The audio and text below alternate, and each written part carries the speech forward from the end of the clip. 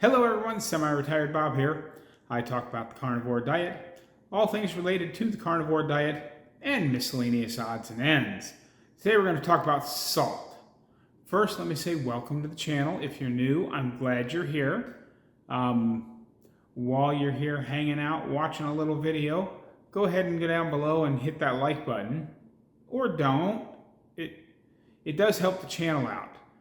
Normally I'm outside walking around, recording my videos while I'm walking because I do my best thinking when I'm outside walking around.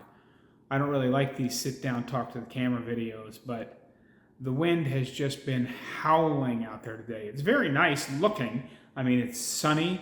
It was 78 degrees today. It's the kind of weather I've been waiting all winter for, and now that I'm leaving in 2 days, we get some of it. That just figures. That's the way my luck goes. But normally I'm outside walking around. But yeah, hit the like and the subscribe and do all the YouTube-y type stuff because it helps get the word out. And that's really what the purpose of this channel is. To show people that it's never too late to change your life, because I'm approaching my 60th birthday and I've been really sick for a really long time. The reason I normally walk around and show you me walking around is because 10.5 months ago, I couldn't even stand up for more than 2 to 2.5 minutes without severe pain. And now I'm out there walking every day. This month, I'm working on getting to 15,000 steps a day. Don't think I'm going to quite make it, but the average ended up being about 14,000. We'll see how it goes for the rest of the month. I've got a travel day coming up. So we'll see how it all works out. But I am glad you're here at the channel. If you know somebody who might need some of my videos, feel free to share it with them. Share it out on your social media. Do all the things that you want. I don't care who you share this with. You have my permission to share it with everybody. If you're returning to the channel, welcome back. I am glad you're here as well. I'm glad everybody's here. Hard to believe I'm over 4,000 subscribers. I remember it wasn't that long ago, it seems, that I was getting really excited because I got to 50 subscribers. Some of you know what I mean because you were here for that. Yes, indeed. It's been quite the journey already. But anyway, enough of that. Let's talk about salt. Is it good for you? Well, salt, sodium, and chloride are both elements. They combine to make salt. But it is essential. And you have to have enough of it for optimal health. The reason Dr. Berry is always saying salt your food to taste, and a lot of carnivore influencers are saying salt, salt, salt, salt, is because it is essential. You have to have it. And what's one of the big ingredients outside of, the seed oils and the grains and the sugar that you get in processed packaged food? That's right, salt.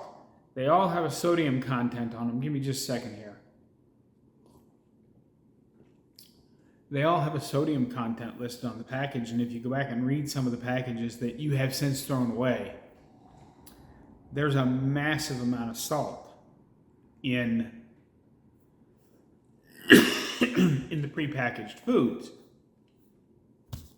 And if we were to take the USDA recommended guidelines, we wouldn't have nearly enough salt after you take out all the other stuff. And even, these low salt doctors, they're always saying, oh, you want to cut your salt down. I believe they're, 1 to 1.5 grams of sodium a day is they're recommended for low salt diets and up to 3 for normal salt diets. Whereas, well, it just doesn't make sense. Dr. Berry and a guy I'm going to tell you about here in a minute recommends 4 to 10 grams per day. And because you have cut all of that additional salt out of your system, you need to salt your carnivore food to taste to make sure you have enough. And you have the best salt detector in the world. It's called your tongue. When you salt your food, if it doesn't taste salty enough, go ahead and throw some more salt on it. If it tastes too salty, you probably got a little bit too much on there. But don't worry about it, because your body will just flush out up to a certain point the excess salt. So it's not that big of a deal if you go over just a little bit. One of the things we have to talk about, in the total bloodstream, all of your blood, there's about 5 grams of glucose, which is about a teaspoon of sugar in your blood. But there are 16 grams of salt. So mammals need salt. It's essential. Why do you think some of you deer hunters will know what I'm talking about? It's not exactly legal, but you'll accidentally drop a block of salt somewhere out in the woods near your tree stand, and animals from miles around will start stopping by that salt lick, because all animals need salt, and they will walk for miles to lick a salt block or a rock that happens to have a salty taste to it, or mud puddle water that has some salt in it, all of the above. And we're the same way. So if you get, some cravings for salt, go right ahead and have some more salt. It's not one of those cravings you have to fight. If your body's craving salt, it probably needs it. And one of the things that we hear all the time, eating too much salt will cause high blood pressure. Well, no, actually it won't. The thing that causes high blood pressure is sugar. This is another one of those instances where the wrong white granular substance has been blamed in the place of the other one. Just like we've talked about how they're blaming fat for everything sugar has done. Sugar is also a big cause of why your blood pressure goes up, because you get metabolically unhealthy and inappropriate inflammation and all the stuff. But high blood pressure is a myth, and it does not cause heart problems. Again, this is one of the things sugar will do to you, especially if you have, like congestive heart failure. That's not a salt problem. That's a sugar problem. And actually, what happens, as I understand it, now we all know that I get in trouble when I do science, but as I understand it, what happens is, if you get like some kind of congestive heart failure and you get that fluid buildup in your legs, well, that's caused because the doctors put you on a low salt or no salt diet, and the heart cannot properly pump the blood through the body without enough salt, so the fluid backs up and collects in your legs. You'll find, now remember, this is not medical advice, I'm not a doctor, but in most cases, if you add a little bit of salt to your diet, even if you just take a pinch of it, I tend to put a little pinch of coffee in my salt, because I didn't really like it at first, but now I kind of like salty coffee. That way I know I'm getting enough salt every day. But if you take and put a pinch of salt, however you get it, even if you have congestive heart failure, your heart will begin beating better, and some of that fluid should clear out.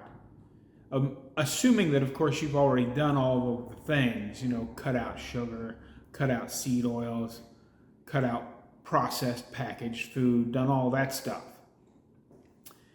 If you're still on a standard American diet, you probably don't want to even be watching this video, because salt is not good with everything else that a standard American diet has, because there's already so much salt in it. Every package of food that comes in a bag or a box or some kind of package has a ton of salt in it. One of the other things that I did not know till I rewatched a Dr. Berry video, and I've been reading through, this is the book I'm talking about. It's called The Salt Fix. And I know I'm going to butcher this name, but it's Dr.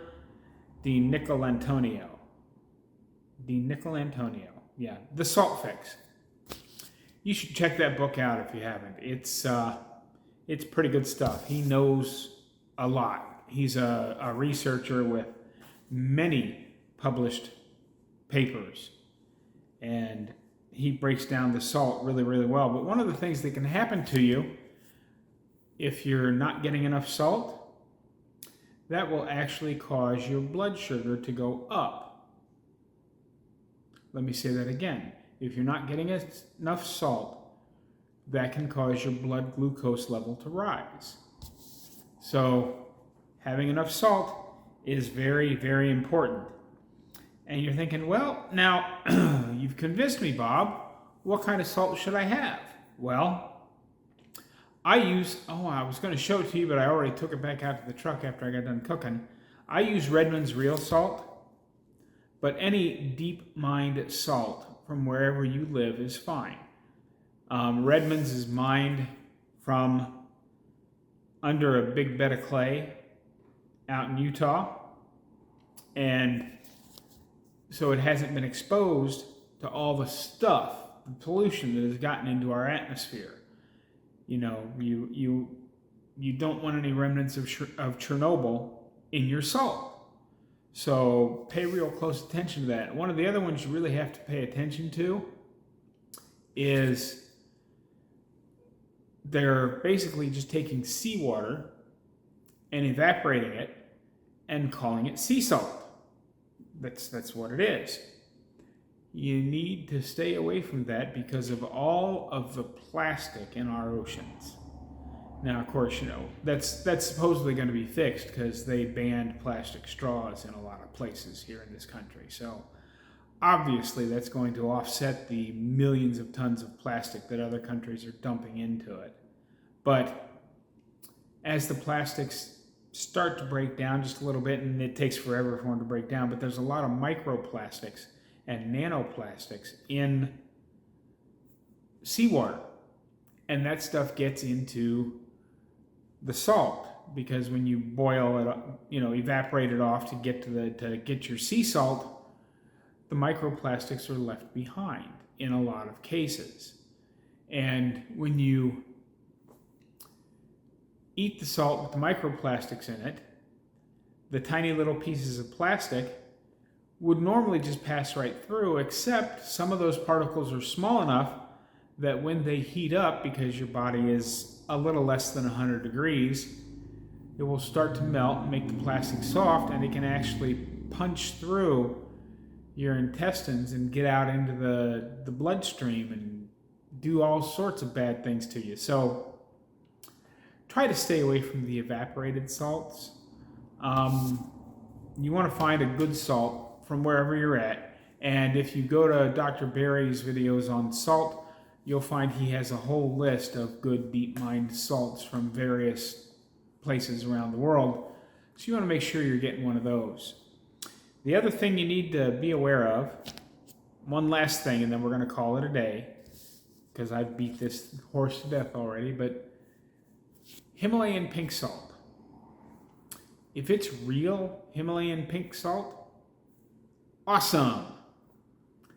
Be very careful of all of the fake Himalayan pink salts out there at the big box stores where you can get a great big tub of it for really cheap and you think, wow, this is a great deal. Well, it's probably fake because food companies, the unscrupulous ones, because there's no regulations on it, they can take regular old salt, dump some pink coloring into it, and call it pink Himalayan salt. Because there's no regulations about that. So if you think the deal you're getting on your pink Himalayan salt is too good to be true, it probably is.